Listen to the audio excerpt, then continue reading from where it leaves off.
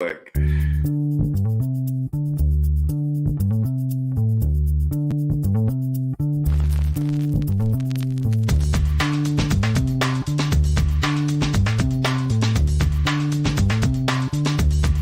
Welcome to the acclaimed podcast, The Deep Dive, featuring your esteemed hosts, Andy Monitor and Drew Dinzik, powered by BetSperts.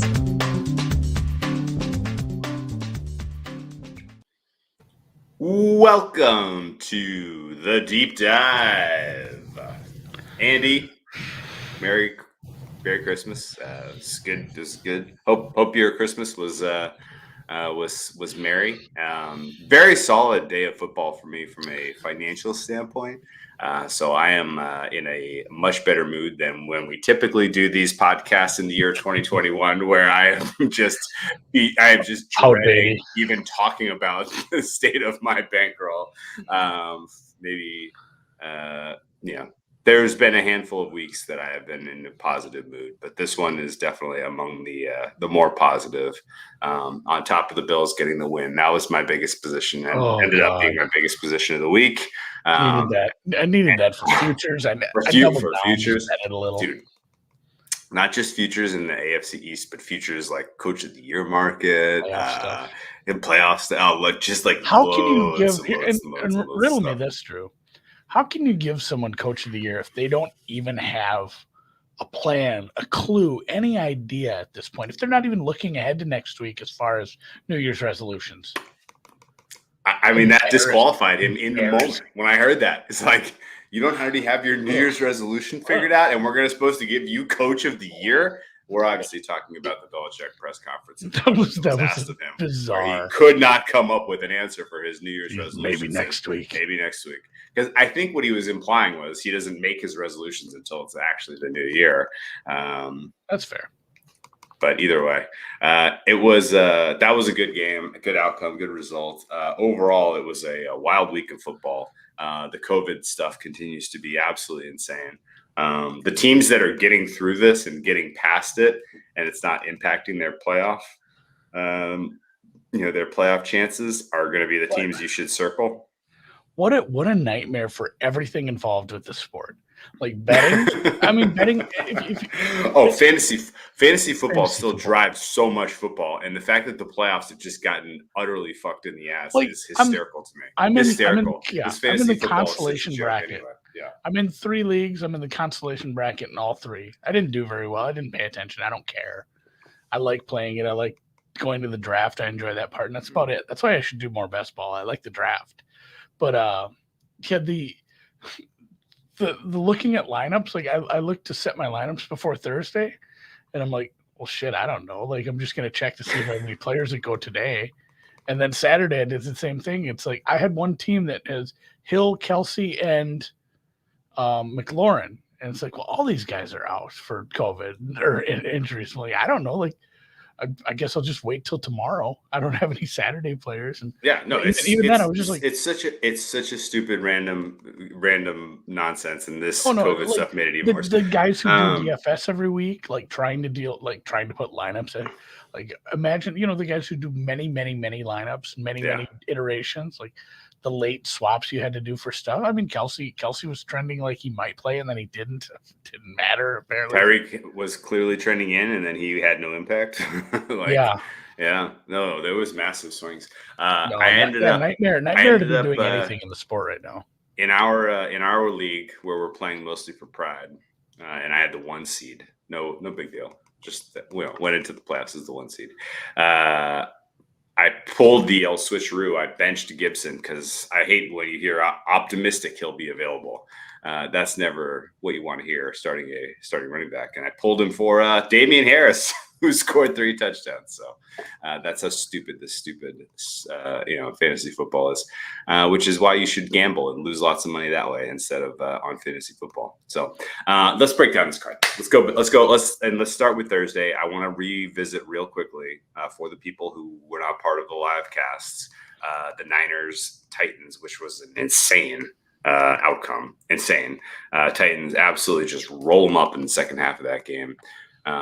Some bizarre breaks, give the Titans the win. Titans set up now in the 2 seed, basically. Titans aren't going to catch the Chiefs for the 1, but they control their own destiny for the 2. They're going to continue to get healthier and healthier. Did A.J. Brown go out? I think he did not, right? He survived? I think he survived the game. He had a big impact on that second half. God, does he matter? He matters quite a bit. Well, it's funny how and somebody already made fun of us for the big week of drinking. Like this week kind of blurred together. To be honest, that was on Thursday, which was the day before Christmas Eve, I think. Yeah, that was the 23rd. And then we had Saturday games. Niners still probably going to get into the playoffs, even though John Lynch decided he wants to leave Jimmy Garoppolo in Nashville. That was pretty funny. I like things in my pocket by accident all the time as well. At Mass. All the time. At Mass, yeah. Don't go through my likes, please. In reality, the Niners are still going to make the playoffs. Didn't really change my opinion of them. Titans are going to get the 2 seed, and they are going to be lovely to bet against in the 2-7 matchup. I'm very hopeful that somehow the Chargers steal the 7 seed. That would be great fun. It better be the Chargers, not the Ravens. If it's the Ravens, I want nothing to do with any of that. But if it's the Chargers, there's going to be market momentum for the Titans because the Chargers are so bad against the run, and Derrick Henry might be back. So that'll be fun. That'll be a fun game to handicap in the playoff wildcard round. Saturday's Christmas Day games. We had the Packers hold on for dear life against an absolute joke of a depleted Browns team. Can't believe that 2 weeks in a row the Packers barely eke out wins. But you know what? They're in cruise control for the 1 seed. And you know what that means? Yeah. Matt LaFleur is still my coach of the year. Did Aaron Rodgers' MVP chances change appreciably in your opinion, considering what you saw in that Packers-Browns game? I'd move him up. Move him up. He's already at the top. So yeah. He's already at the top. You think you can move you just consolidated more of the vote? Yeah, let's move the odds up a little. And truthfully, I didn't watch a lot of that game either. I caught the replay of that. Really fun. It was really a fun. It was really a fun first half and then a really boring second half, except for the Packers ultimately holding on for dear life. Baker Mayfield has his 16th opportunity to complete a game-winning drive. You want to know what his record is in those 16 chances, Andy? 4 and whatever. 4 and 12. 4 and 12. Can't do the math. 2 and 14. You are a Baker apologist. Look at you giving Baker too much credit. He is only converted on 2 potential game-ending, game-tying, game-winning drives. So somewhat lacking in the Stones department, apparently, for old Baker Mayfield. There was a lot of that game where I thought, I'm going to live bet Cleveland if they pull the rug here and give us Case Keenum or even Nick Mullins. I've seen enough. Moving on to the nightcap. You got any thoughts? All right. I'm just looking at the playoff picture here. Do you remember week 1? This would have been September 12th. Mm-hmm. Aaron Rodgers. Oh, I remember where I was. Exactly where I was. After kind of fiddle fucking around in the offseason, he comes in, loses 38-3 to James I was at Winston. Circus Sports next to our guy Brinks, watching it on the circus screen. Oh yeah, we were in Vegas for this. That's right. It was a couple things, and I don't think we ever thought like, oh my God, is Jameis totally got it fixed? I think we always in our hearts knew that it was going to be an up and down season. Well, it was a weird game because he had like 120 passing yards, but like 3 or 4 touchdowns, right? I think he had more than that. I think it was 5 touchdowns. He would 148 yards and 5 touchdowns. It was weird ass. Yeah, just the way that the Packers composed themselves in that game. I mean, I wasn't doubting them. Like, this is still a good team with Aaron Rodgers, but they have 2 more wins than anybody in the AFC. I guess the Chiefs are about to add 1, but to be 12-3 at this point is something, I guess. They've had some close calls all year, but I mean, it just looks like a team that's ready to crank it up a notch for the playoffs, if that is truly a thing. So, yeah, this is. I just want Matt LaFleur to get the recognition he deserves, Andy. That's all I care. Sure. That's all I care.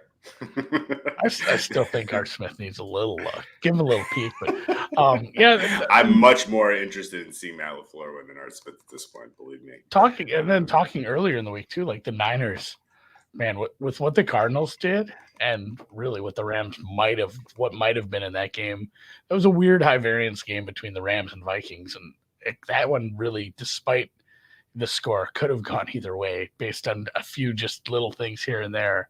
The Rams were kind of playing with fire there with a team that can move the ball sometimes, but with the Cardinals opening up a nice opportunity for the Niners, and Niners not having the week to take advantage of it, that stinks for them. The Niners technically are 6. They would be ahead of the Eagles right now. The Vikings probably out at this point. Like, they're out. They're the 9th seed, but I just don't see them overtaking 2 or 3 teams at this point. They got to go win in Lambeau. Yeah, you got to go. I think the Vikings are probably out. The Niners are solidly in. The Eagles, I would say the Niners are solidly 6. Yeah, the Eagles are probably your 7th seed, but anything could happen with Saints, Vikings, Falcons, Eagles. Really, Eagles got to play the Cowboys next week. Is that right? Yep. And then they wrap up with another Washington game. Is that right? Okay. The general read on the. Let's talk about the Cardinals a second. So, the Cardinals, we knew that there were a lot of warning signs about that team in terms of kind of getting lucky here and there. A lot of red flags. Kyler Murray wasn't playing as good as he was throughout the beginning of the season because he was dealing with so many injuries. They got Washington. The Eagles get Washington next week. I hate this freaking sandwich shit where you get a game shit between sandwich. 2 teams. Shit sandwich, yeah. And what goes in great in this shit sandwich is the New York Giants and Jake Fromm. That was a game. Whew, man, if you bet the under in that game, I will send you. I'll send you a bereavement card. That hurt. That hurt. Hurt.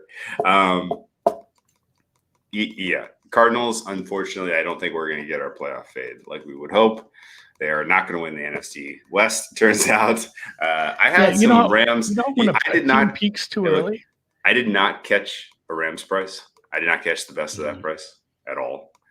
In fact, every math model you could have found and my own numbers gave the Cardinals 90-95% chance for most of kind of the middle of the season there. And so I never bet into the Rams really. The Zebras did not get me this week. Thank God they did not. Wait, did they? No, Thursday night they did. Hocules Cruise called that game and under. Other than that, they did not get me this week. But we said this too. It's almost like a team. You know how the team peaks too early? It's like the opposite of that. I think this team is cratering too early. We wanted this in the playoffs, not yet. Like it's true. I said this when they were 7-0. I can't remember. I topped on somebody else's thing. I think it was Ed Fang.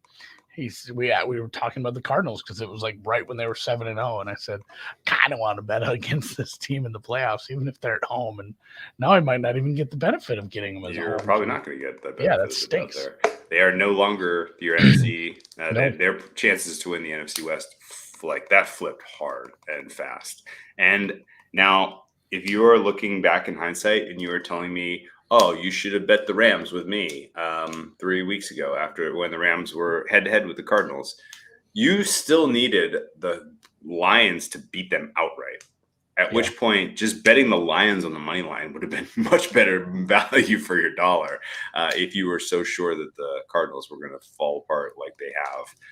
You might as well have just bet the Lions money line in that spot. So anyway, moving on from the Cardinals, Colts march their way into the playoffs. That's the team nobody wants to play.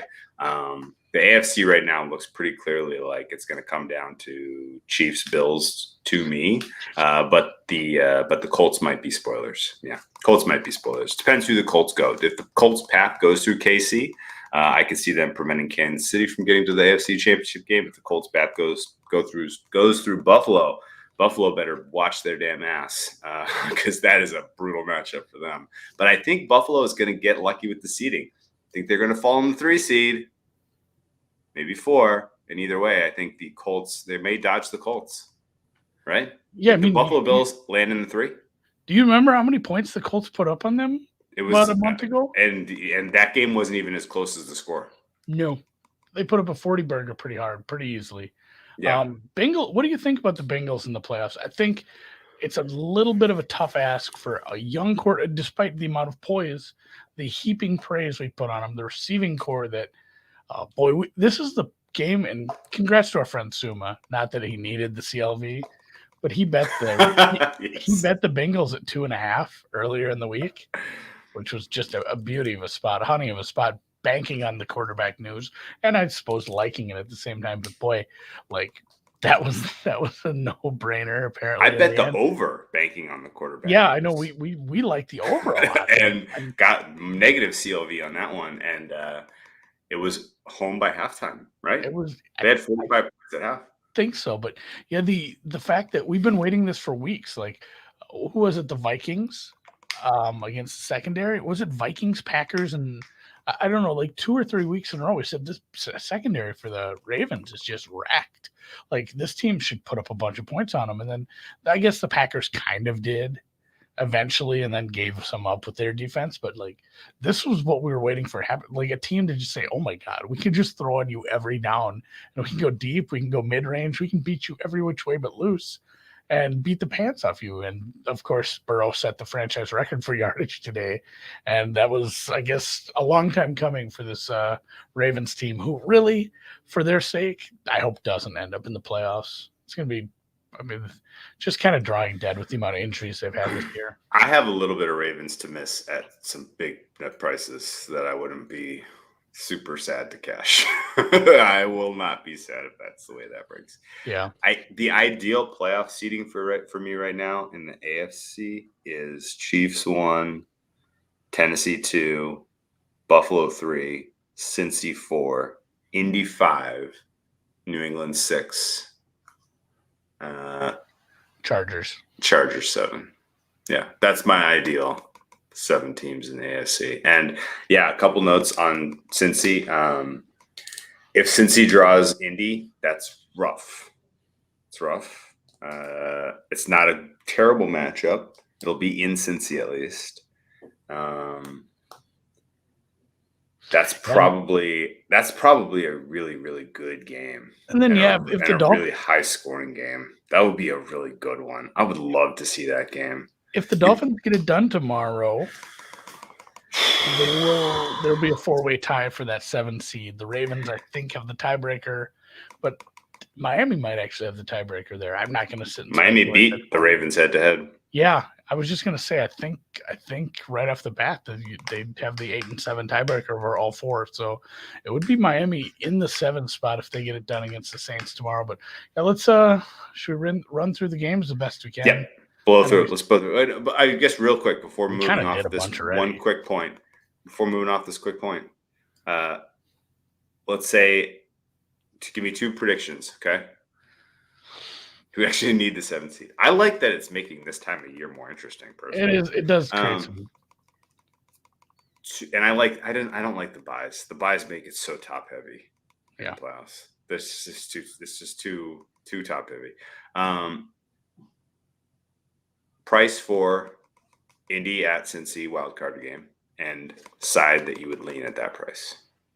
Like, what do you think the market is, and what do you think fair is? I mean, that's probably a pick 'em. Or Indy small favorite, even. I was going to say pick 'em to -1 for Indy, and I wouldn't bet at that price. I think that's a fair price. How many points would you need to get involved with Cincy? I'd need 3.5. Whoa. I don't. So you're not betting the wild card game? No, I don't think I'm going to. We'll just play over 40. Over 46.5. You think? Yeah, no, I was going to say anything mid 40s to up to 47. I'd probably take an over. Okay. So Indianapolis stops the run decent, but I think they can be thrown on. And I don't think the Bengals do much against what the Colts style of offense does.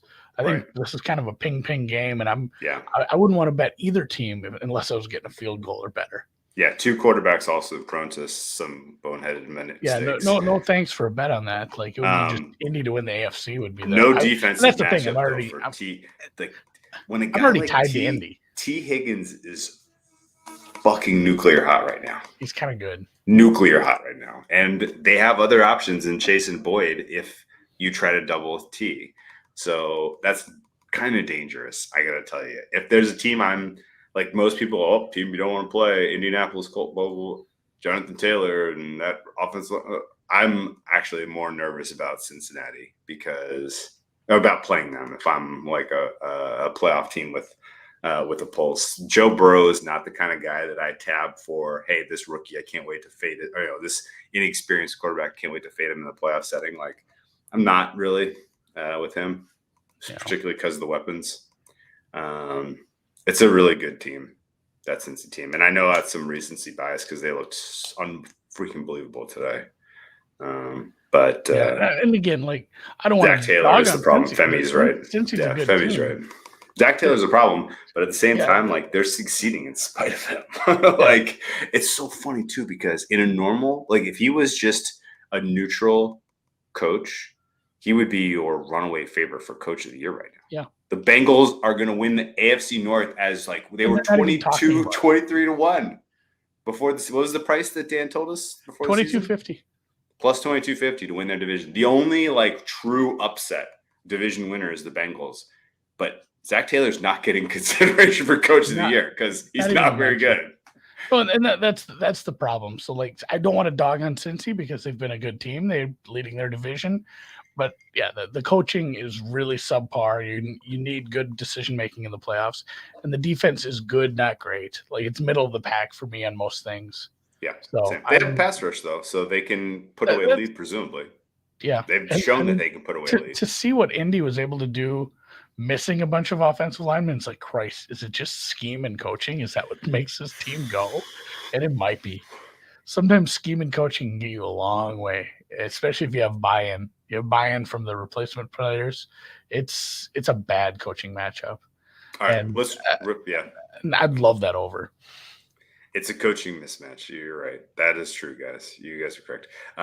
Darius Leonard, will he even be back though, or will he still be on the COVID list? He's missing next week. Yeah. He's unvaccinated and he has it. So will he have the Myles Garrett experience where he gets it and is just not nearly as effective the whole rest of the season? Worth watching. All right, rest of these games, you want to rip them in order for rotation number? Cue me. Tampa Bay, Carolina. Whenever Tampa Bay plays the Panthers, lay the points. Exactly the same. It's a simple rubric with Tampa Bay. Are they playing the Panthers? Lay the points. Are they playing the Saints? Take the points. That's it. Yeah. Darnold and Cam Newton both got in. Neither played very well. I think we probably saw that coming. Cam was your leading rusher. Guess who their leading receiver was? It was Shi Smith because it was the one broken play. There was one broken play. Yeah. Shi Smith because of the 60-yarder, but and that Shi one Smith, was that one was almost funny because they throw Sam Darnold in and you're like, oh great, the Sam Darnold experience. And he literally was running around panicked, like ready to throw it away. And then he saw Shi Smith at the last second and was like, oh, here you go. And Shi Smith took it for 60. And then they did not get a touchdown on that drive because of Sam Darnold, obviously. Tampa was solid, even though I think they might have lost Shaq Barrett. Got to keep an eye on that because their defense is starting to get real thin. I'm nervous about Tampa Bay's NFC hopes. They really didn't have a ton of bad injuries. Marpet and a little bit on the defense. Yeah. But, man, they were pretty injury-free last year. That helps. That's how you win a bunch of playoff games on the road. So, not a lot to say there. The Bucs did what they always do. They're going to throw the ball an S-load of times, and we move on. They played Carolina. They beat them bad. These things happen. Yep. Giants lost to Philadelphia. They ran the ball more than they normally do just because they had a lead immediately. And actually, their running game was super spry. Yeah, that backup, he had the nice long carry too. It was kind of got to keep an eye on the Shaq Barrett news though, because he's a difference maker. New York Giants, the corpse of the New York Giants head into Philadelphia, lose 34-10. Weird ass game. Very uneven. That one. Yeah, go ahead. Giants Panthers on a neutral right now. I would make both teams 7-point dogs. Is that I was going to say Panthers -2. Panthers -2. Yeah, that's about right. That's how bad this has gotten. But the Giants are. I mean, the real bust here was that because of the pick six, this game went over the total, and somebody got hurt bad on that. Like somebody who's a very, very sharp bettor who shaped that market had a dead read, got beat on that, and that sucks. There's some totals We're not gonna today. relish. We're not gonna. We respect when the market makers take a position and it's correct and it loses. It sucks.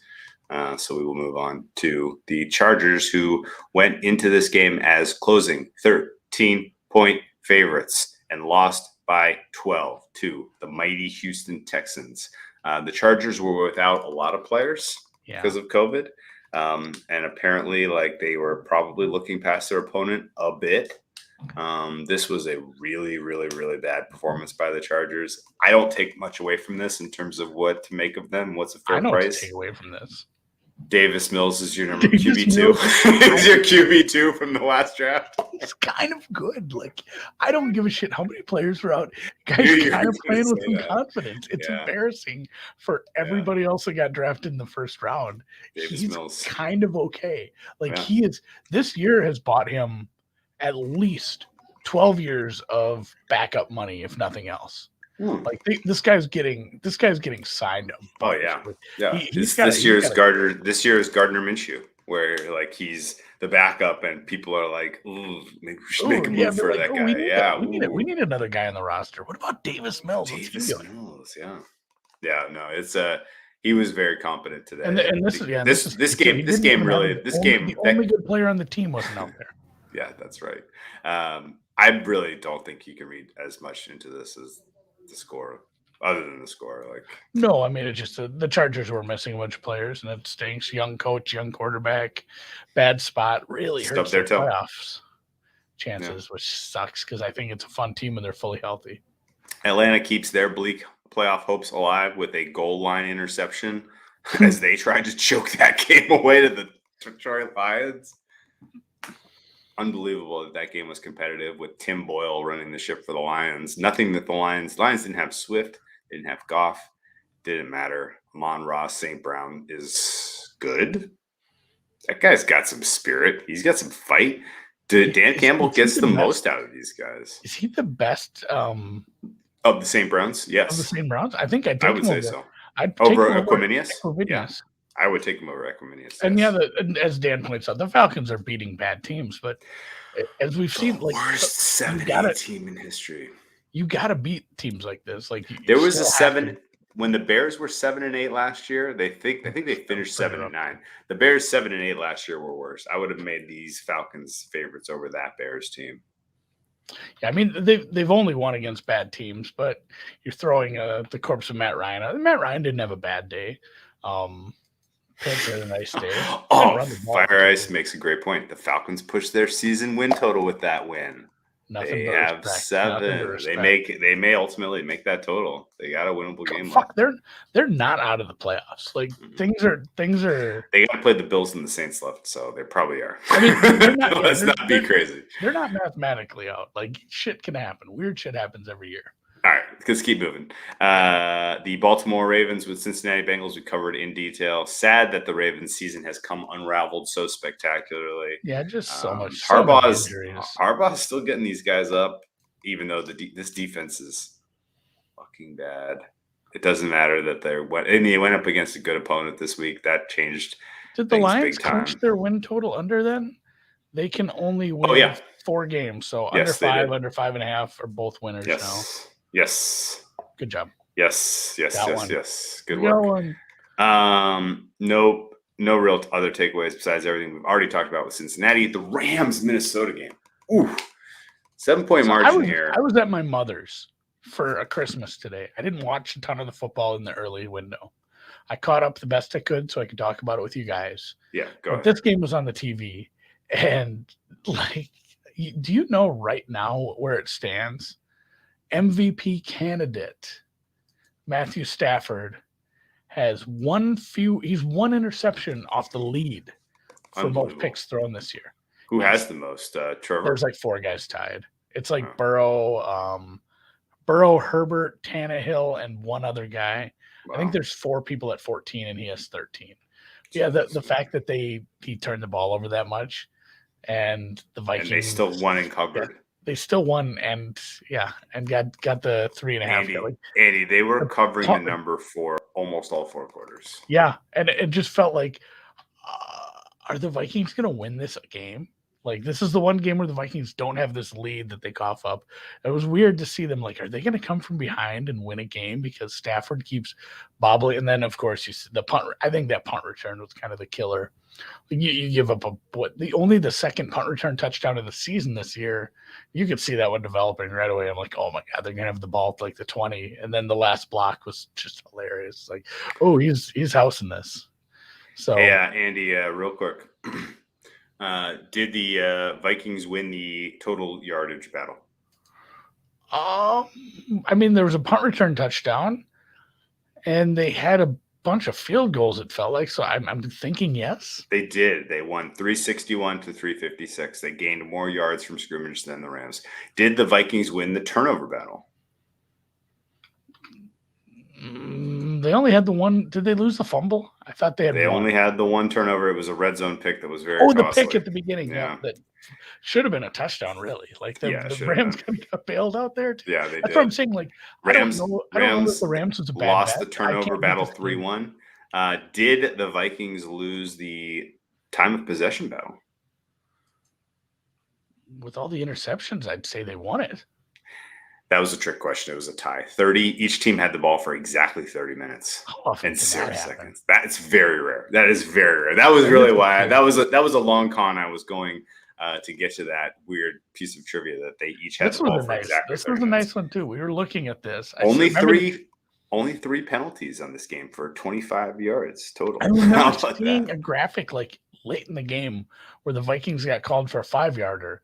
And it said penalties. It was 1 for 5 yards for both teams. I'm like, well, that's unusual. They finished with 2 for 20. The over did hit. And the over did hit. I talked about the Vikings. The Vikings should have covered. Minnesota. The difference that you see in the score was all entirely special teams, but it is more reflective of coaching. Mike Zimmer is. He's not a good coach. He doesn't have it. He doesn't have it. He isn't learning. He is not making any steps forward, especially in the red zone. It's just painful as hell to watch. And really, I didn't take a position here, but I wouldn't mind people who thought I should take Minnesota here with Thielen in, with Madison being just fine, Cousins playing okay, this defense in the Rams being a little porous at times against an offense who knows what they're doing. And coming off 4 days rest, like the fact that they had to play on such a short week, it was probably a decent spot for Minnesota. And yeah, it was a wonky game. Like you said, the Rams covered the entire game pretty much. Probably not a bad beat, just kind of an unusual result. Yes, I agree with that. Okay. And yeah, Zimmer is a bad coach at this point. Well, it's just brutal to watch it. Real quick diversion. I know we were trying to keep this tight, but over under 10 bowl games get played this week. They're dropping like flies. Shit, man. These teams are just like shit. These kids went home for Christmas. They all got it. The Jacksonville Jaguars played the New York Jets. That's a game that happened. The Jags won by losing because they now have the number 1 overall pick in the draft. 2 years in a row. It's been a while since I believe maybe the Browns did that a few years ago. They had Garrett and Baker back to back. Yep. One of those worked. Buffalo, New England. Okay, let's spread our legs a little bit. A little. I think you mean wings. I was just being stretch our legs a little. Let's stretch our legs a little. You said spread. Let's stretch our legs a little on this one. You know who says that? And again, this is a problematic thing. The Steve Gutenberg's partner from the robotics lab, he says that. He says, we'll go out and stretch our legs. I was going to do the accent. I think that's probably racist too. It was like an Irish actor that did brown face for that, by the way. Short Circuit, problematic. Still a great movie, though. But yeah, we are going to stretch our legs, not spread our legs. And you want to talk the Bills game is what you're saying? Yeah. The Buffalo Bills needed this win. Okay, now, first thought on this game. Last week, you had a very conservative Very, very conservative. Bill Belichick against Indianapolis. He took a week of heat for his conservative decision making, and it was very warranted. Everything was fair. And he was aggressive in this one. And so was McDermott. This was a great football game from an entertainment standpoint because both coaches were literally like, we understand the stakes and we are going for it at all costs. That was my biggest takeaway, Drew, was the McDermott being a completely different coach than he was in the first matchup between these teams. Yeah. That was my only takeaway. He understood the stakes and he acted on it. Belichick did too, for what it's worth. Well, he just didn't have as good a team. He just didn't have as good a team. And as much as I still love Mac Jones as our offensive rookie of the year, and none of my opinion changed of him being the offensive rookie of the year, and you might as well just fill out your ballot and mail it in now if you're a voter for Mac Jones offensive rookie of the year, because it's a thing. He is the offensive rookie of the year.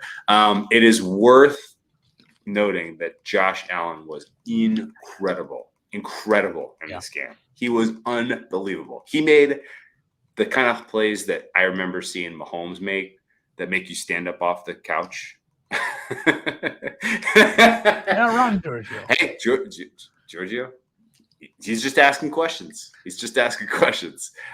Mac Jones clearly in a very good situation, by the way.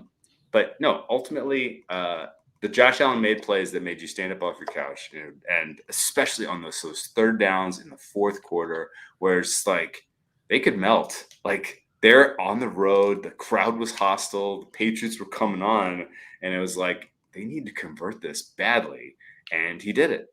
And the fourth down run was one of the most spectacular kind of individual efforts I've seen in a while from him. Do you remember that one where he kicks out and he makes just a bananas-ly good cut? JC Jackson whiffs. I got to get hat tip to Isaiah McKenzie. McKenzie, literally, when you saw that Cole Beasley and Gabriel Davis both go out with COVID this week, neither guy vaccinated. I thought it was going to be a Dawson Knox game. I thought it was going to be a Dawson Knox game. Or I was just like kind of panicked because I was like, holy shit, like they're going to lock down Diggs with JC Jackson and somebody else is going to have to step up. But better be Manny Sanders better step up.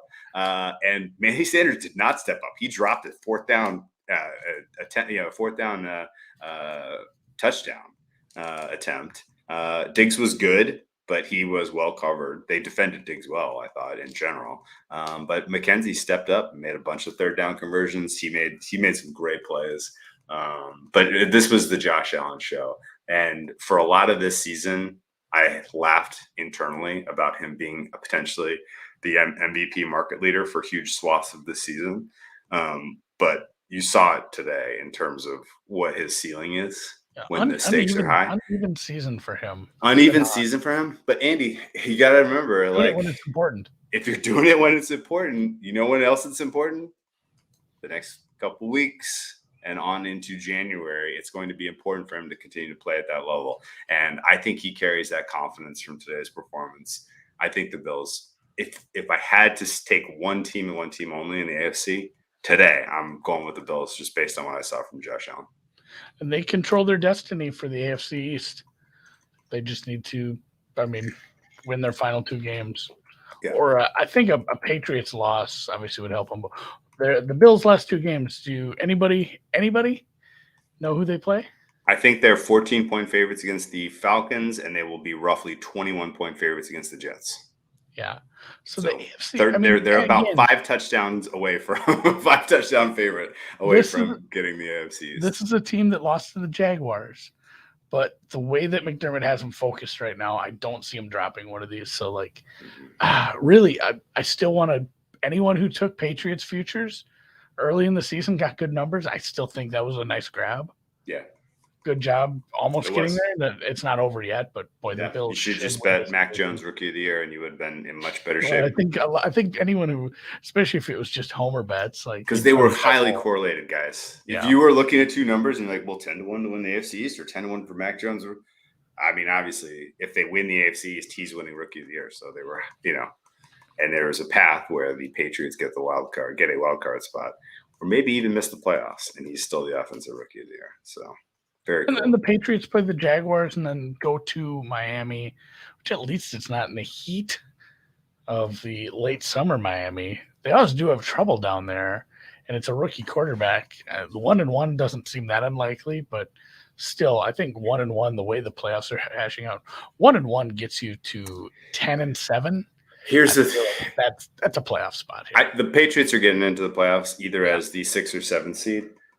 Here's my question. If you're Belichick, would you rather go back to Buffalo to play the Bills a third time in the 3-6, or would you rather go to Tennessee in the 2-7? The second one. By a million years, Tennessee. By a million points. Yes. Okay. All right. Let's keep moving. No, but yeah, very big win. Huge win for Buffalo. Really good job against a very good defense, putting up that many points. And it was like the, hey, show me something game. And they showed us something. Chicago gets the cover and hits the over against Seattle. I'm so glad they went for 2. God, can you imagine overtime? Sparing us overtime. Oh my God. I am just glad that Nick Foles woke up this morning and chose, I'm going to go out there and perform in a way that gets me another backup contract so I get 3 more years in this league, riding the pine. Let's go fucking do it. I just need to go out there and kick ass for 1 game, get a win, and I'm going to get another contract. And I think he did exactly that. Yeah. It was, him and Montgomery. I think Montgomery was the leading receiver as well. I looked at this box score a bit ago and just kind of shook my head in disgust and went on with my day. But yeah, they got the win. I'm really glad they went for 2. It was that's the right call. You're eliminated from the playoffs. Don't force overtime. You don't need chances for players to get hurt in overtime. Just either win or lose the game. And really, if they'd have missed it, there was enough time where I don't know what the timeout situation was, I guess, to say. But I mean, that's probably the right call regardless. Especially they kind of had the defense. They kind of had the defense on their heels at that point. I didn't hate it either way, even if it's a playoff team. So go Bears. Good job. Okay. And the Bears are favorites next week. Kansas City covers in glorious fashion, barely makes the over with Pittsburgh Steelers in town. Windy game. Covered the second half. Windy game. There was some sharp action to the under in this one. Very sharp. And guess what, Andy? Landed in the middle. It landed in the middle. As it does this time of year when you see that many points, the likelihood of a middle total. And just, again, hat tip to whoever's out there hitting both sides of those. You enjoy your Sunday. Kansas City was so far superior in this one. They left points on the field, even scoring 36. And they didn't have Travis Kelce, and they had a limited Tyreek Hill. This entire game was a story of, in a week where the role players on the Chiefs all looked at each other and said, we need to step up and do something. They all did. And that's good. That's good for their future. It's good for their potential, path in the playoffs. Still a bunch of red flags with this team in general. The defense looked great against the limited Pittsburgh offense, but this was a good win for Kansas City. Yeah, and they won the turnover battle 3-0, and also the turnover with the worst field position for the Chiefs when they recovered the ball was at their 49-yard line. Mm-hmm. So, I mean, it's going to be hard to catch an under when you give 3 turnovers away plus field position for a good offense like that. But you got one if you bet it on the open. Yeah, that's true. It did stick in the middle. That's why we gave the advice last week about taking it easy and not betting some of these games right off the bat because God knows who's playing and who's not. But if you like a total and you like it because of the weather and just certain other factors, I guess good for you for grabbing a good number on this one. Denver, Las Vegas is a game that happened. I have no comment. Drew Lock is dead. Let's talk. Let me ask you, Dan.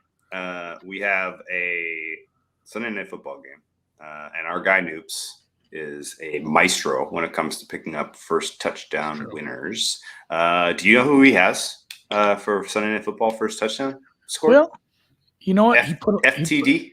He put a decent amount on Dak, Seal Jones, and Heineke, but he only put a little sprinkle on this last one here.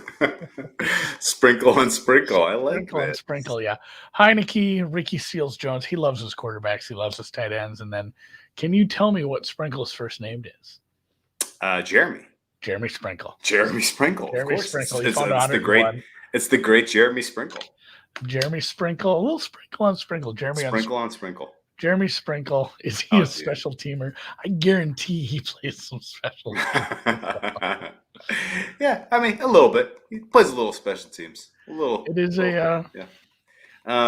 That's fucking great. Somebody's calling it a revenge game. Yeah, well, these two teams played 2 weeks ago. Washington had a shit sandwich with Philly in the middle. The entire NFC East is shit sandwiches. Sprinkle played for Washington, and now he's on Dallas now. Yeah, that's why it's a Jeremy Sprinkle revenge game. Oh, I thought Sprinkle was still on Washington. That's how used he is. Bet at 100-1 on somebody who's going to see the field. Is Sprinkle really on Dallas? Yes. How does he like Sprinkle? Did something happen to the other guys? 100-1, baby. He's like the third tight end, isn't he? Isn't he TE3? If he's on if he's on Dallas. Noopsy does his research. And if you go look at what's happening here, Sprinkle got the second most targets out of all the tight ends last week. Oh, so there's a little signal there. He got 2. His only 2 of the year. But I think I think McKeon's done. So my cubic model says he's going to get 6 this week. What's Blake Jarwin doing this week? Yeah, either way, he did get a couple targets last week, and I believe last week one of them was even in the red zone. Oh, Blake Jarwin's on the IR. This is so Jarwin's gone. I don't know if McKeon's playing. I think he's tight end 2, and he got 2 targets last week with one of them being in the red zone. So if you can get 100-1 on a guy who saw a red zone target last week. I remember Sprinkle. I remember Sprinkle from his time on University of Arkansas. I thought he had like future All Pro kind of talent when he was a Woo Pig Suey. Pig Suey. He had some weird, funny stuff happen to him. I don't really remember what derailed his career, but let's go Sprinkle. Get a first touchdown tonight, buddy. That one. Did you look at next week? Are we just kind of taking it easy on next week's line, or do you have a take on tonight's game or the Monday night game? Dallas. I took the points with Washington, and I laid the points with Miami. I'm still at 3. Oh, excuse me. I took the points with Miami. My bad. Yeah, I was gonna say it's at. Would you still play it at -3? I told people sincerely I would play it at -1 last week. But because I thought it was going to close 3, so I think 3 is where we end. I don't know that if you made me bet it at this line that's already been shaped and beat up, I think I still might lay the 3 if you made me bet that game tomorrow. There's nobody left they just had another player. I think Quan Alexander's out now. Yeah, they just keep getting hit. Like they just keep. I think more and more players are going out. Something about that franchise has bad voodoo. Yeah, because they built the city underwater. Like it's below sea level. That's not above level. Yeah, there's probably still a dead body in that. In the swamp, there's a few, I bet. No, in the hotel. You remember about the hotel, the collapse, and the dead body that was in there, and about how it gave the city bad karma. I don't remember that. I'm gonna have to read it. I thought it was just kind of a Greg. What was this? What's Greg Williams? That's the bounty karma. Yeah, it could be that then. That's a little bit more explainable. Ian Book does not have an NFL arm. No. I don't see Thursday games this week. Is that true? There's no more Thursday games. We're done with that. Sorry, well, we won't be around on Thursday. Maybe we'll do a Thursday. And we'll do Thursday NBA show. At least we'll have some college football bowl games, right? Oh, I think there's one Thursday. For now.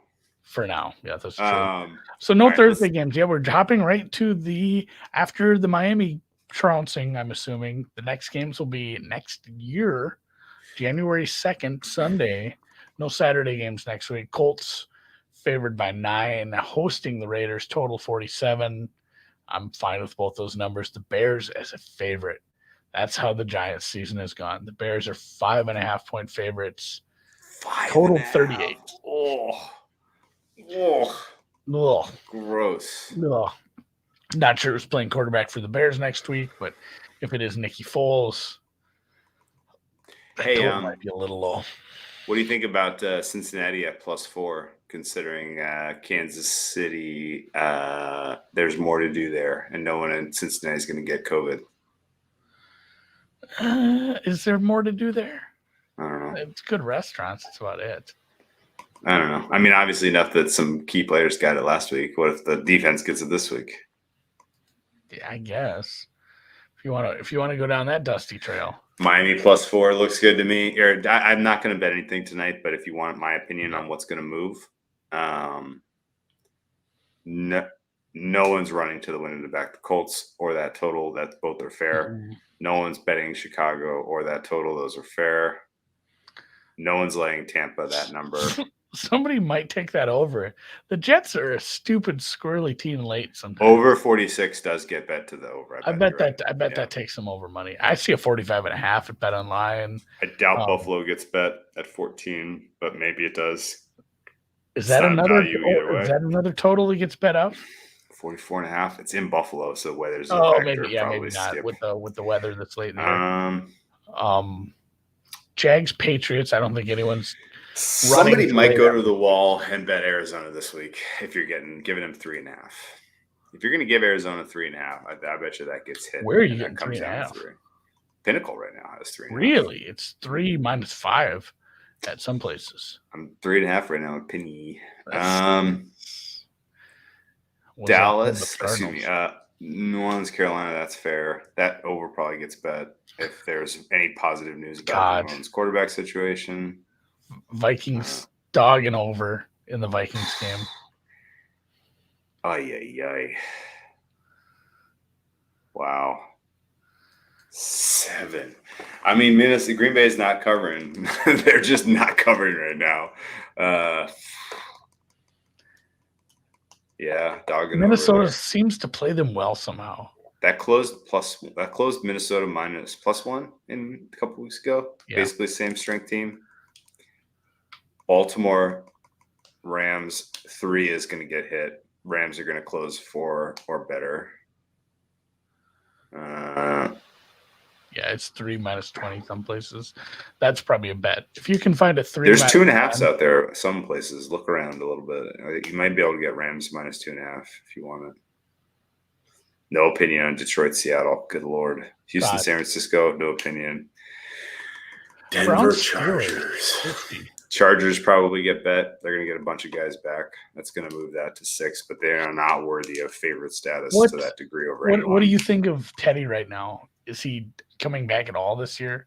No, I think they're kicking the tires on Locke a little more. Yeah, they want to see more Locke, and then they'll make some. So they can make some decisions. You know what you have in Teddy. I think you're probably right. Let's see what you have in Locke, and if it's Locke out there, Chargers should probably be a touchdown favorite. Yeah, no, the two interesting games. There's 2 interesting games this week. Miami, Tennessee, and Cincy, KC. Those are the 2 fun ones. Miami, Tennessee. The dog in that spot is really nice.